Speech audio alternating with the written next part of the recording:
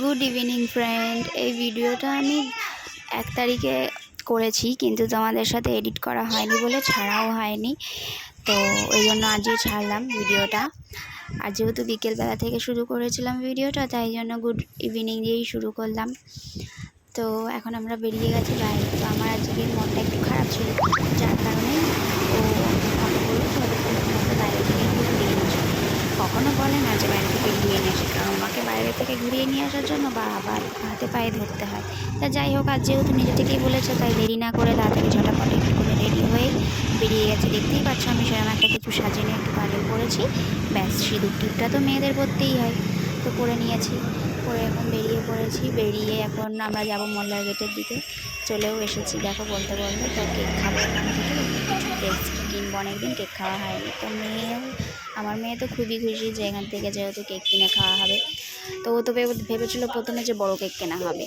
তো তারপর যাই হোক, পেস্ট্রিগুলো আমরা কিনে নিয়েছি। আর এখানে আমার ওই কেকটা দেখো, দাঁড়াও তোমাদের দেখাচ্ছি। তো তার আগে পেস্ট্রিগুলো বেশ অনেক রকমের পেস্ট্রি ছিল। তো এই কেকটা আমার খুব পছন্দ হয়েছিল। যাই হোক, বড়ো কেক তো নিতে আসিনি, এসেছি ছোটো কেক নেবো বলে।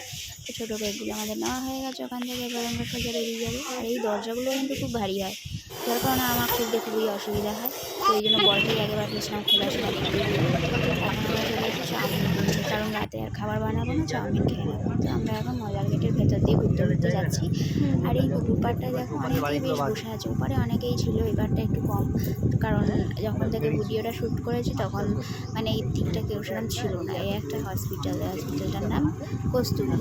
তো যারা মোল্লার গেটে থাকে তারা আশা করি সবাই চেনে, যে যারা থাকো না তারা হয়তো নাও চিনতে পারো। তো এখন এখান থেকে আমরা যাবো ফুচকা খেতে। এই ফুচকাওয়ালার কাছ থেকেই আমরা ফুচকা খাই, ওনার আবার এখানে ছাড়া কারোর ভালো লাগে না। তো যাই হোক, ফুচকা খেয়ে চলে গেছি স্পেন্সার থেকে কয়েকটা জিনিসপত্র কিনে নিয়ে আমরা এবার তারপর বাড়ি চলে যাবো। তোমরা অবশ্যই ভিডিওটা দেখবে, আর ভিডিওটা দেখে লাইক, কমেন্ট, সাবস্ক্রাইব করবে। আর ইউটিউব থেকে দেখে থাকলে লাইক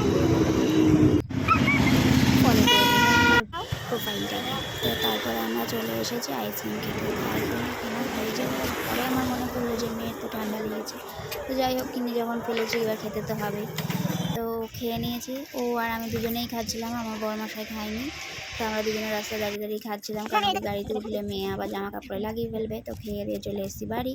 তো এখন তোমাদের পেস্ট্রিগুলো দেখায়, কী কী পেস্ট্রি কিনেছি। Bye bye.